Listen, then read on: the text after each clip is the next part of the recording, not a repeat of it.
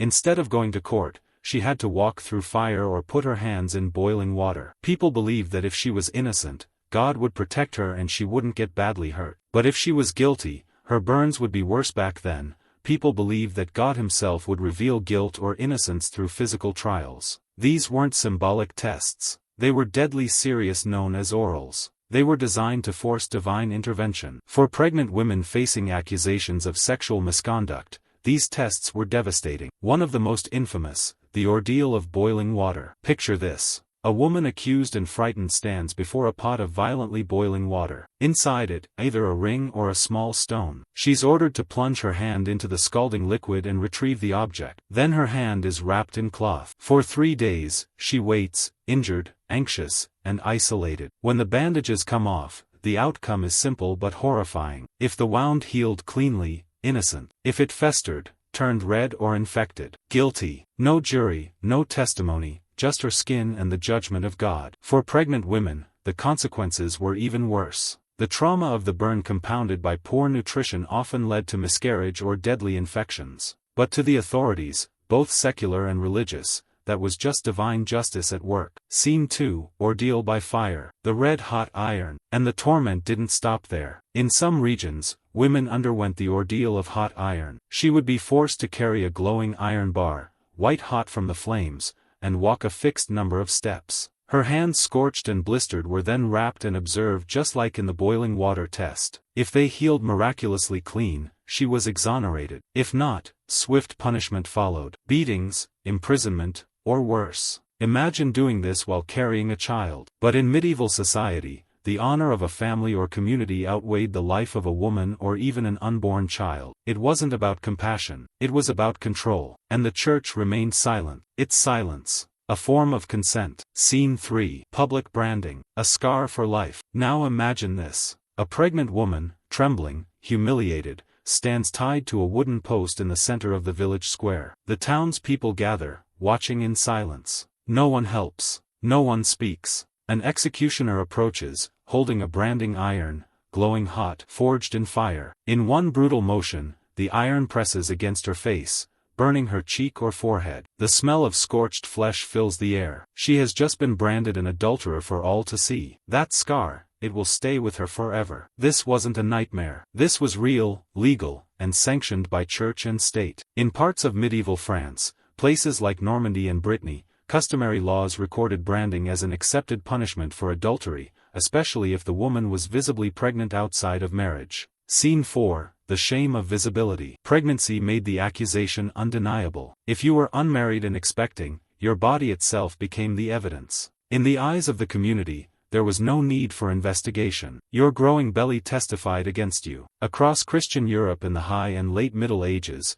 female morality was treated as public property. And when that morality was seen as broken, the punishment was designed to be unforgettable. Public pain, permanent shame. Some laws even borrowed from Roman traditions where branding or stigma had long been used to mark enslaved or immoral women. Scene 5. England's version. Public penance. In England, branding wasn't as common, but public humiliation was. Church courts, especially in cities like York and London, regularly judged women for fornication. And when they were found guilty, the sentence was penance, not in private, but in full view of the community. Picture a woman walking barefoot through her parish. She's wearing a plain white sheet. A rope hangs around her neck and she's forced to confess her sins aloud as she walks. Her voice shaky, her eyes downcast. Everyone sees. Everyone hears. These moments were often recorded in official court rolls. Written proof of public degradation. Scene 6. The Holy Roman Empire's Iron Law. But on the European continent,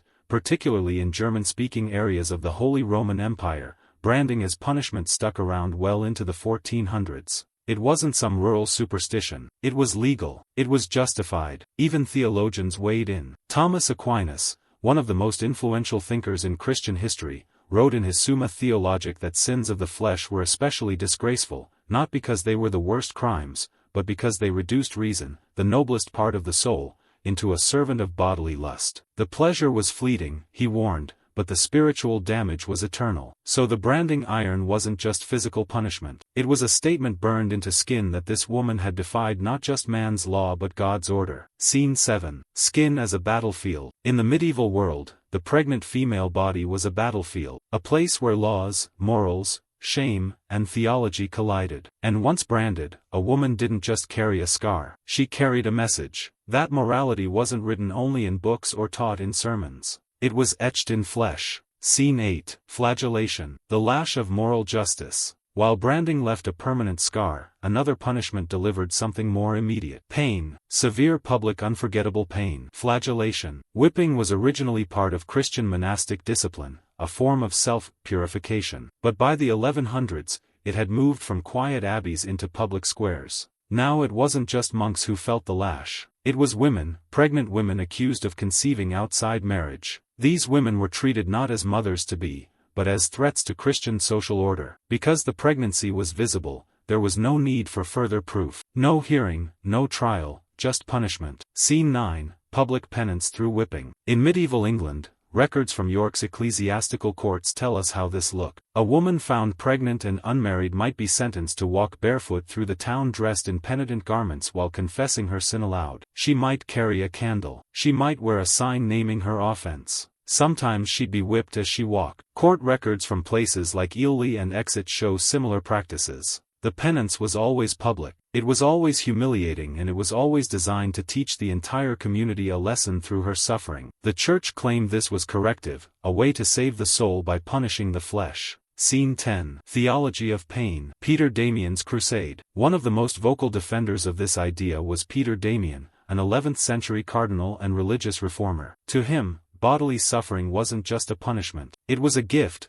a painful mercy that cleansed the soul of sin. He wrote passionately in favor of flagellation. He believed every lash was a reminder of Christ's suffering, an echo of the scourging Jesus endured before the crucifixion. To save a woman's soul, her body had to be broken. And if she was pregnant, that didn't change things. It made the punishment more urgent, more necessary, because now her sin wasn't just hers. It was growing inside her. Scene 11. The double burden of pregnancy. This is what made it so cruel. A pregnant woman wasn't just seen as guilty, she was seen as doubly guilty. Her body had already betrayed moral expectations. Now the child inside her was considered part of that betrayal. She wasn't just punished for fornication, she was punished for carrying its evidence. No compassion, no nuance, just discipline in the form of the whip. And behind every blow was the belief that pain could restore order, that it could drive out sin. But in truth, it wasn't about saving souls. It was about enforcing control. Control over women, over sexuality, over the boundaries of shame. Scene 12. Locked away. Monastic imprisonment. Sometimes the punishment wasn't loud. It was quiet,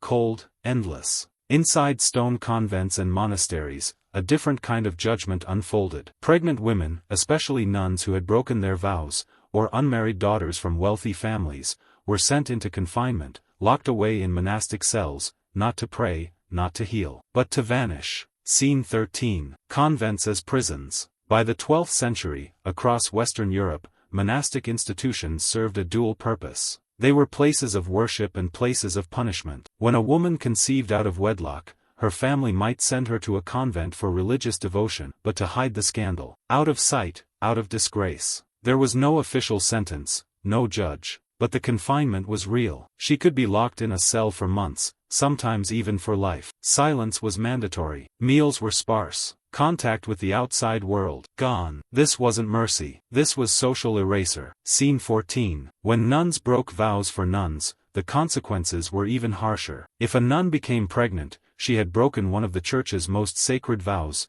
chastity. After the Gregorian reforms of the late 11th century, the Church cracked down hard on clerical morality. A pregnant nun was seen as a disgrace, not just to her convent, but to the whole Church. Some were imprisoned within their own convent walls. Others were confined for life, never to take communion, never to see family again. And yet, many of these women had no power in the relationships that led to their pregnancies. But that didn't matter. The punishment wasn't based on consent. It was based on consequence. Scene 15. Elite women locked away. This practice wasn't limited to religious women. In Flanders, northern France, and parts of the Holy Roman Empire, local authorities sometimes ordered unmarried women from merchant or noble families into monastic confinement until childbirth. Why? Not for protection, not for health, but to protect reputation. To make sure the scandal didn't spill into the streets after the baby was born. It might be sent to a founding home or quietly given to a religious institution. The woman, she'd return to society, marked by silence. Or she'd stay behind the convent walls, forgotten, scene 16, justified as mercy. Church officials often framed this isolation as mercy. They said it kept women safe from temptation,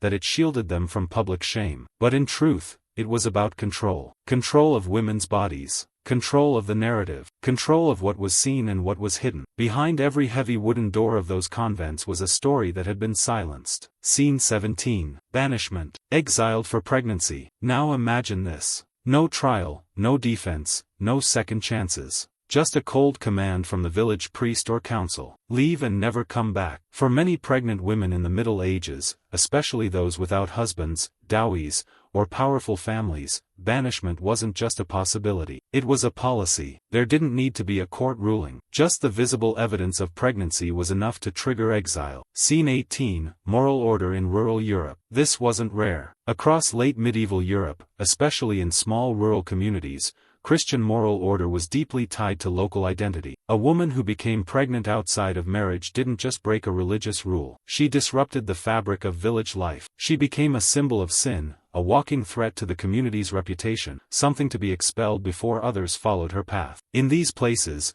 reputation wasn't individual. It was collective. One woman's disgrace was seen as everyone's disgrace. Scene 19. England's records of removal. Memorial court rolls from medieval England, especially in counties like Norfolk and Suffolk, record these acts of social exclusion. A pregnant woman without a husband might be fined or forced to do public penance or simply told to leave the parish. And if she refused, she risked beatings, public whipping, or even excommunication, the medieval equivalent of being erased from both society and salvation. No home, no protection, no justice. Just a sentence carried out by the same people who once called her neighbor, friend, even family. Scene 20. Exile as eraser. Exile wasn't just about physical distance. It was about disappearance. A pregnant woman banished from her village became invisible. No one mentioned her name. No one asked where she'd gone. She was erased from memory, from lineage, from community. In many cases, she might wander from one village to the next,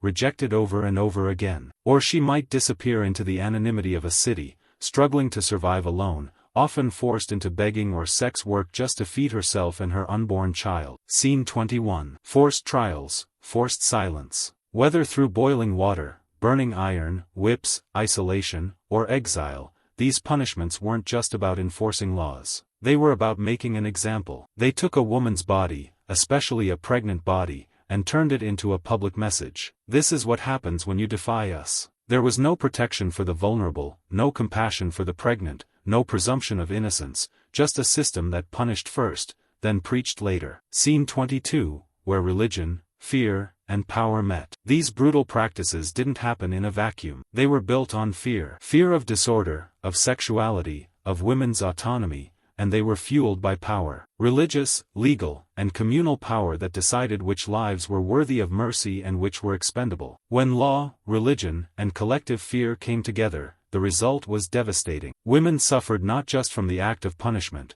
but from the ideology behind it. Scene 23. Legacy of control. These stories may feel like distant echoes from a barbaric past, but they're closer than we think. The debates we have today about bodily autonomy, about reproductive rights, about morality and shame are rooted in this same long history. History doesn't just repeat itself. Sometimes it mutates quietly, subtly into modern forms of judgment. And as we reflect on these medieval punishments, we must ask how much has really changed. Closing quote and final message. In the 4th century, Saint Jerome wrote, "Virginity can be lost by a thought." That single sentence reveals the impossible standard women were held to. A fleeting idea, a passing temptation, a visible body, and a lifetime of punishment. The Middle Ages may be behind us, but their shadows still linger.